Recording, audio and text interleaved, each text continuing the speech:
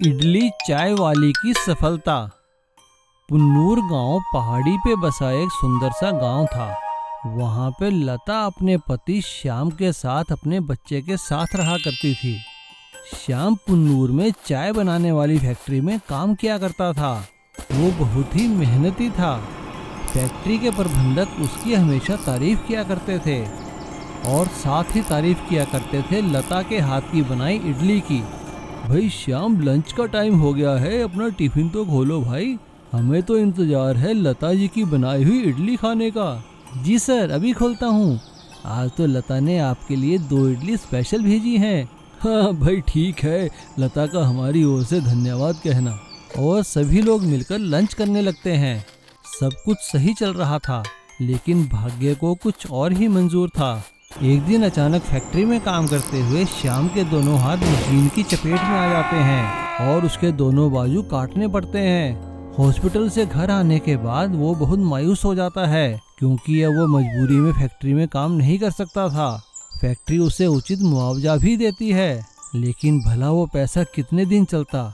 मुआवजे का पैसा खत्म होने की स्थिति में अब लता के सामने घर चलाने की जिम्मेदारी थी, क्योंकि श्याम हाथ न होने के कारण कोई काम नहीं कर सकता था। उसने मायूस होकर लता से कहा, लता, मैं बहुत शर्मिंदा हूँ, मैं तुम लोगों के लिए कुछ नहीं कर पाऊंगा, इससे अच्छा तो भगवान मुझे मौत ही दे देता।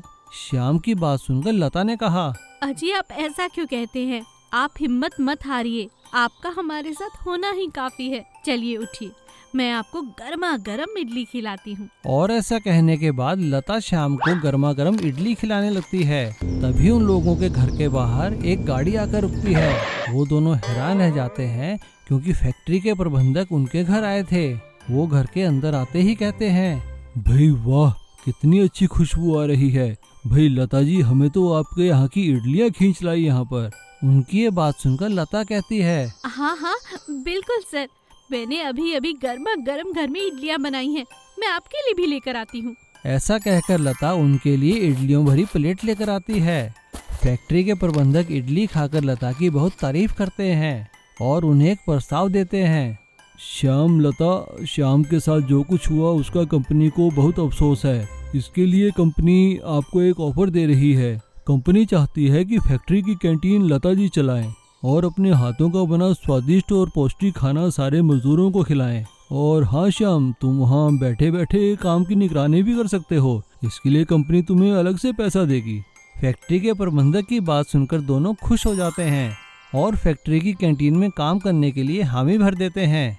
अब फैक्ट्री की कैंटीन में लता इडली के साथ साथ स्वादिष्ट चाय बनाकर भी बेचने लगती है और श्याम वहाँ बैठा बैठा सारे कैंटीन के हिसाब किताब की देखभाल करता है। और लता को सभी इडली और चाय वाली लता जी के नाम से जानने लगते हैं और धीरे धीरे उन्हें आसपास की फैक्ट्री की कैंटीनों में भी काम मिल जाता है। और वो अब एक सफल गृहिणी ही नहीं, बल्कि एक सफल बिजनेस वुमन बन चुकी थी। इसीलिए कहते हैं ना, ईमानदारी और सच्चे दिल से किया गया काम कभी निष्फल नहीं जाता, उसका फल हमेशा मिलता है। फ्रेंच फ्राइज वाले की सफलता। एक गांव में सोनू नाम का एक लड़का अपनी बहन मीनू के साथ रहता था। उन दोनों के माता पिता का देहांत हो चुका था। सोनू अपनी बहन मीनू का बहुत ख्याल रखता था। सोनू गांव में मेहनत करके अपना और अपनी बहन मीनू का पालन पोषण करता था। सोनू खुद नहीं पढ़ सका, लेकिन उसकी इच्छा थी कि उसकी बहन मीनू काफ़ी अच्छी पढ़ाई करे और पढ़ लिख कर एक अच्छी डॉक्टर बने। मीनू भी पढ़ाई में काफ़ी होशियार थी और वो स्कूल में हमेशा अव्वल आती थी। मीनू दिन रात बड़ी मेहनत से पढ़ाई करती रहती थी, क्योंकि उसे डॉक्टर बनकर अपने भाई का ख्वाब जो पूरा करना था। एक दिन रात को जब मीनू पढ़ रही थी तो सोनू ने आकर उससे कहा, अरे मेरी प्यारी बहना, अभी तक पढ़ रही है, ये ले एक गिलास दूध पी ले गर्मा गर्म, शरीर में ताजगी आ जाएगी। अपने भाई की बात सुनकर मीनू ने कहा, भैया आप मेरा कितना ख्याल रखते हो, अगर आप ना होते तो मेरा क्या होता। मीनू की बात सुनकर सोनू ने कहा, अरे हट पगली, ऐसा नहीं कहते, चल चल चल अब दूध पी ले और पढ़ाई जल्दी करके सो जाना। और हाँ देख, मुझे कल शहर किसी काम से जाना है, मैं जल्दी ही वापस आ जाऊंगा, खाना बनाकर जाऊंगा, खा लेना। ठीक है भैया। अगले दिन सोनू सुबह अपने काम से शहर चला जाता है। शहर में जब उसे भूख लगती है तो वो एक जगह खाने की दुकान पर रुकता है। वो वहाँ पर फ्रेंच फ्राइज देखकर हैरान हो जाता है और एक प्लेट फ्रेंच फ्राइज लेकर खाने लगता है। फ्रेंच फ्राइज उसे बहुत स्वाद लगते हैं। वो वहाँ बैठा बैठा फ्रेंच फ्राइज बनाने का तरीका देखता रहता है। गांव आने के बाद अगले दिन सोनू फ्रेंच फ्राइज बनाने की कोशिश करता है और अपनी बहन मीनू को देता है। मीनू, ये खाकर देख तो। भैया ये क्या है? मैंने कल शहर में खाए थे। इन्हें फ्रेंच फ्राइज कहते हैं और मैंने बनाना भी सीख लिया। बता तो कैसे बने हैं? भैया ये तो बहुत स्वादिष्ट बने हैं। क्या ये कल मैं लंच बॉक्स में ले जाऊं अपनी सहेलियों के लिए? हाँ हाँ, ले जाना, मैं कल और बना दूंगा। स्कूल में मीनू की सहेलियों ने फ्रेंच फ्राइज खाकर मीनू से कहा, अरे मीनू, ये तो बहुत अच्छे हैं। अपने भैया को बोलकर कल और लेकर आना हमारे लिए। मीनू घर आकर अपने भैया से अपनी सहेलियों की बात बताती है। सोनू अगले दिन भी फ्रेंच फ्राइज बनाकर मीनू को देता है। अब तो रोज ही सोनू से कोई ना कोई फ्रेंच फ्राइज बनाने की डिमांड करने लगता है। ये देखकर सोनू को एक आइडिया आता है। वो अगले दिन अपने घर के सामने फ्रेंच फ्राइज की दुकान खोल लेता है। गांव और आसपास कोई फ्रेंच फ्राइज की दुकान ना होने के कारण उसकी दुकान काफ़ी चल निकलती है, क्योंकि वो काफ़ी स्वादिष्ट फ्रेंच फ्राइज बनाता था। धीरे धीरे सोनू के फ्रेंच फ्राइज आसपास के गांवों में भी मशहूर हो जाते हैं। अब सोनू का काम इतना चल निकला था कि वो गांव के मेन बाजार में एक दुकान ले लेता है और अपनी सहायता के लिए गांव के कुछ लड़कों को भी रख लेता है।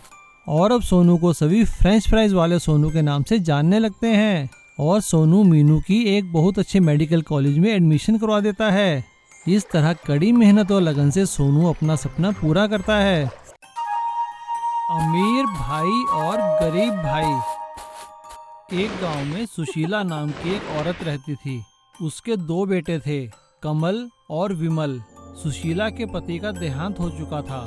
सुशीला अपने घर में कपड़े सिलाई करके अपने दोनों बेटों का पालन पोषण करती थी। कमल बड़ा बेटा था और विमल छोटा। कमल पढ़ाई लिखाई में काफ़ी होशियार था। विमल का दिमाग वैसे तो पढ़ाई लिखाई में नहीं लगता था, लेकिन वो शंकर भाई की गैराज में मोटर मैकेनिकी का काम सीखता था। दिमाग तेज होने के कारण वो जल्द ही एक अच्छा मोटर मैकेनिक बन गया। और इधर कमल पढ़ाई लिखाई में काफ़ी आगे बढ़ गया था। अब उसे उच्च शिक्षा के लिए बड़े शहर जाना था।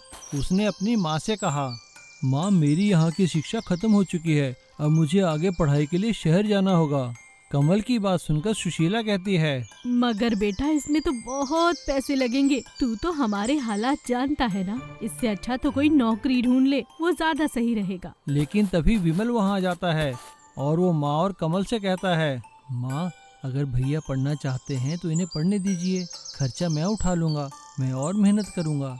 विमल की बात सुनकर कमल विमल को गले से लगा लेता है। कमल शहर जाने की तैयारी करता है। कमल शहर में एक बहुत बड़े कॉलेज में एडमिशन ले लेता है और खूब मेहनत से पढ़ाई करता है। पढ़ाई लिखाई खत्म होने के बाद कमल एक बहुत बड़ी कंपनी में ऑफिसर बन जाता है। और इधर विमल अपनी माँ के साथ गांव में ही रहता है और कमल का इंतजार करता है।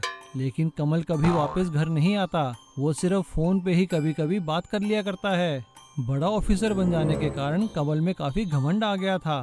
और इधर सुशीला कमल को याद कर करके रोती रहती है और उनकी तबीयत काफी खराब हो जाती है। वो विमल से कहती हैं, बेटा बस एक बार तू कमल को मेरे पास ले आ, ताकि मेरी आत्मा को शांति मिल सके। माँ, ऐसा मत कहो, तुम ठीक हो जाओगी। बाकी जहाँ तक रही कमल की बात, मैं कल ही शहर जाकर कमल को अपने साथ लेकर आऊंगा। और अगले ही दिन विमल गांव वालों को अपनी माँ का ख्याल रखने के लिए कहकर कमल को लाने के लिए शहर को निकल जाता है। शहर पहुंचने के बाद वो विमल का पता ढूंढने लगता है।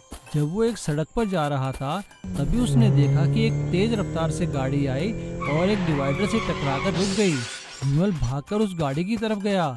उसने देखा उसमें एक बुजुर्ग आदमी बैठे थे। विमल ने उन्हें बाहर निकाला। बाबूजी, आप ठीक तो है ना? आपके ज्यादा चोट तो नहीं लगी? अरे नहीं बेटा, हल्की सी खरोंच आई है। शुक्र है भगवान का जो मैं बच गया। लगता है गाड़ी की ब्रेक फेल हो गई है। कोई बात नहीं बाबूजी, मैं अभी देखता हूँ। विमल ने कार से टूल बॉक्स निकाला और कार को ठीक कर दिया। वो आदमी विमल से काफी प्रभावित हुआ और उसने विमल का शहर आने का कारण पूछा। विमल ने उसे सारी बात बताई तो उस आदमी ने विमल को अपने साथ आने के लिए कहा और वो विमल को अपने साथ एक बहुत बड़ी कंपनी के ऑफिस में ले आया। वो उस कंपनी के मालिक थे। थोड़ी ही देर बाद कमल ऑफिस में आता है। सर, आपने मुझे बुलाया? अरे भाई, तुमने हमें बताया ही नहीं कि तुम्हारी माँ और तुम्हारा छोटा भाई भी है। विमल ये सुनकर हैरान रह जाता है और कमल विमल को देखकर चौंक जाता है। अरे नहीं बाबूजी, कमल भैया तो हमें बहुत बुलाते हैं शहर, वो तो माँ ही नहीं आना चाहती। विमल के मुंह से ऐसी बात सुनकर कमल बहुत शर्मिंदा होता है और वो विमल से माफी मांगता है। कमल विमल के साथ गांव जाता है और माँ से माफी मांगता है और विमल और माँ को लेकर शहर आ जाता है और माँ का एक बहुत बड़े हॉस्पिटल में इलाज करवाता है। जल्दी ही सुशीला जी ठीक हो जाती हैं और अब दोनों बेटों के साथ खुशी खुशी रहने लगती हैं, कभी गांव में तो कभी शहर में।